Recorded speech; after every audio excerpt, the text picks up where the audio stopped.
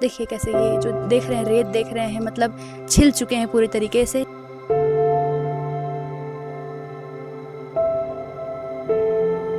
इनका इलाज होना बहुत आवश्यक है, लेकिन चीज़ें जो है उपलब्ध नहीं हो रही।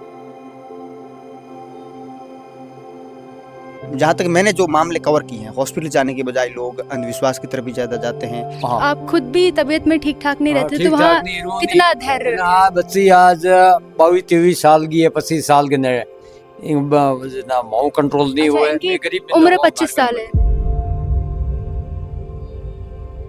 कुछ हृदय विदारक कहानियाँ होती हैं जो दिल को झकझोर कर रख देती है। एक मानव को जो पशुओं की तरह व्यवहार करने में मजबूर कर दिया जाए उनके साथ, तो ये ज़िंदगी राजस्थान के इस रेगिस्तान में देखने को मिलेगी, जहाँ भेड़िया जो है किसी पशु पक्षी नहीं बल्कि एक मनुष्य के पैरों में पड़ जाती है। अब उसे किस्मत की मार कहें या जो कहें, सुविधाओं का अभाव करें, ये सारी चीज़ें हम देखेंगे, जानेंगे, और आपके हृदय को भी ये बहुत ज़्यादा दुख पहुँचाएगी। ये जो बालिका है, ये तो पहले इनका शरीर जो है वो दिव्यांग है, और दूसरा इनकी मानसिक स्थिति जो है वो ठीक नहीं है।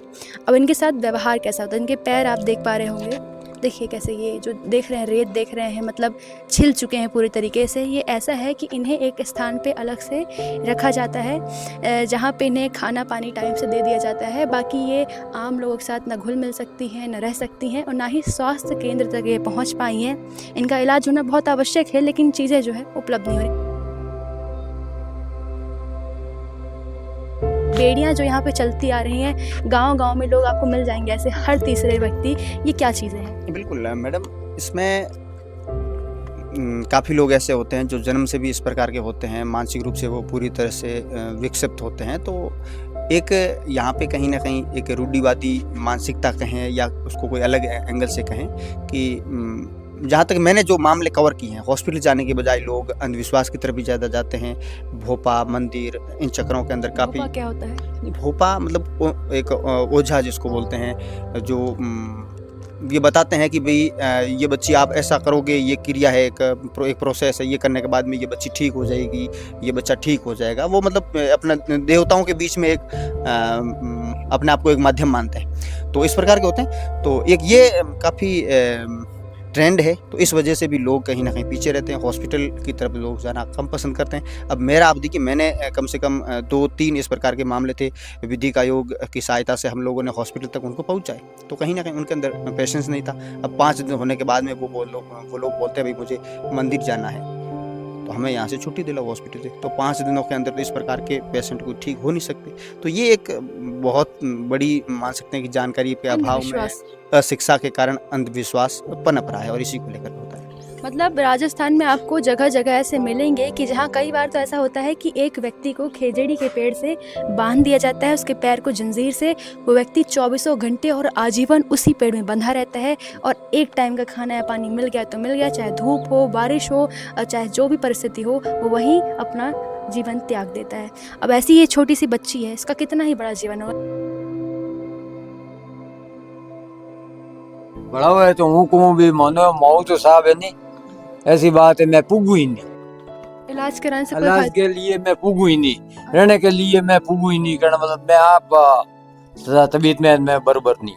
अच्छा, हाँ। आप खुद भी तबीयत में ठीक ठाक नहीं रहते, ठीक तो वहाँ ठाक नहीं, रो कितना नहीं। धैर्य? ना बच्ची आज 22-23 साल की है, 25 साल के ने ना माऊ कंट्रोल नहीं अच्छा, हुआ है। इनकी मैं गरीब उम्र 25 साल है। अच्छा, आप ये कहना चाह रहे हैं कि ये गरीब परिवार से ताल्लुकात रखते हैं, तो इतना खर्चा उठा नहीं पाएंगे, खर्चा नहीं उठा पाएंगे। और ये अपने स्थान को देखे, यहाँ इस जगह को देखे कि अस्पताल में इनको लेकर बैठे, ये भी एक समस्या है ना। तो 2 चीज़ें तो ये निकल के आती हैं, और तीसरा अंधविश्वास सबसे बड़ी दिक्कत है। झाड़ फूक से कुछ होता है ठीक? झाड़ फूक में नहीं बाबा वगैरह सब अभी कुछ नहीं। आप भी मानते हैं कि ये अंधविश्वास है? अंधविश्वास में भी मैं जितना खपड़ा हो, जितना मैं मेरी मेहनत कर ली।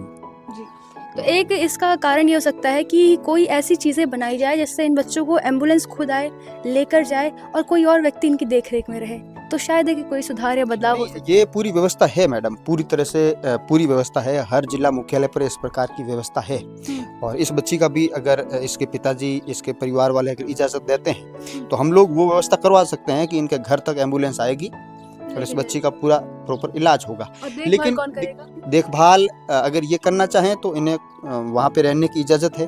अगर ये चाहेंगे कि भी मैं वहाँ पे रहने में सक्षम नहीं हूँ, मेरी परिस्थितियाँ उस हिसाब की है, तो वहाँ पे जो पूरा नर्सिंग स्टाफ है उनका एक पूरी एक प्रक्रिया है, तो उसमें उस बच्ची का निःशुल्क इलाज होगा।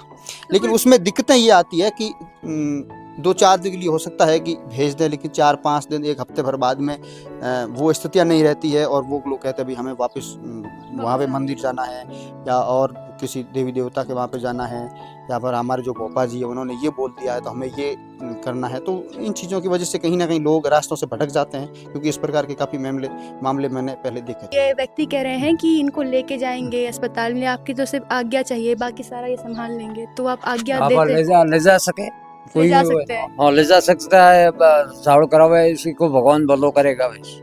जी, हाँ मतलब यहाँ तो इन लोगों से बातचीत करके थोड़ी समझ और सहूलियत लगी है, लेकिन कुछ ऐसे और पिछड़े तबके के लोग हैं जिनका विश्वास ऐसा है कि अपने बच्चों को नहीं देते हैं, क्योंकि उनको लगता है उनके भगवान ठीक करेंगे। और ये अंधविश्वास के कारण ये बेड़ियों में बंधे, इन जंजीरों में बंधे आपको युवा दिखेंगे या फिर बुजुर्ग दिखेंगे, जो सिर्फ मानसिक स्थिति के खराब होने से अपना जीवन जो है एक नर्क की तरह बिता रहे हैं। आप वचन दो कि इस बेटी को आप ये भैया लेकर जाएंगे अस्पताल। पतंगड़ की टीम यहाँ तक पहुँची है और आप यही तहकीकात करके, यही था हमारा उद्देश्य कि ऐसे कोई बच्चे है तो इसको अस्पताल ले जाए। आप वचन दो कि उसको जाने दोगे। देखिए यहाँ बंद है ना, आपको देखभाल करना पड़ता है, आना पड़ता है चेक करने, रात में चिल्लाती रोती हैं पशुओं की भांति, ये चीज़ें कितनी ख़राब लगती हैं। आप ये भैया लेके जाएंगे, रोकोगे नहीं रोकोगे ना? नहीं रोको। मैं वादा करती हूँ कि ये सुरक्षित रहेगी। वापस इसको यहाँ लाकर रखेंगे और ये ठीक हो जाती है, अन्यथा इनको सही स्थान पे रखा जाएगा। रोकोगे नहीं? आप दोनों भले यहाँ पे रहो, कोई दिक्कत नहीं, आप इन्हें जाने दोगे।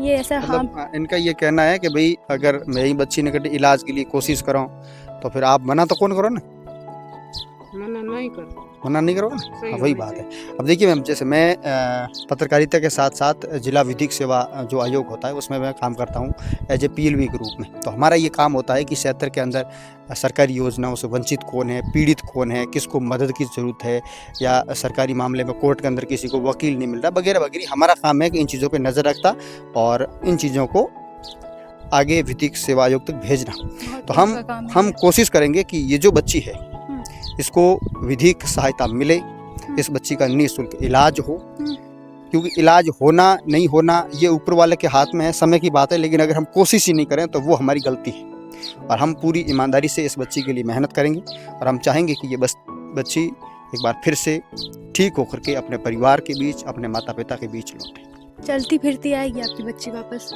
जाने दोगे ना आप? हाँ। रोकना मत इसको। रोको। हम पूछेंगे भैया से कि आपने रोका तो नहीं, आप मेरे पे विश्वास करते हो बस। तो हम चाहेंगे, अब देखेंगे आगे क्या होता है, ये बच्ची पहुंचती है नहीं, पर हमारी यही पहल रहेगी कि ये बच्ची अस्पताल तक पहुंचे।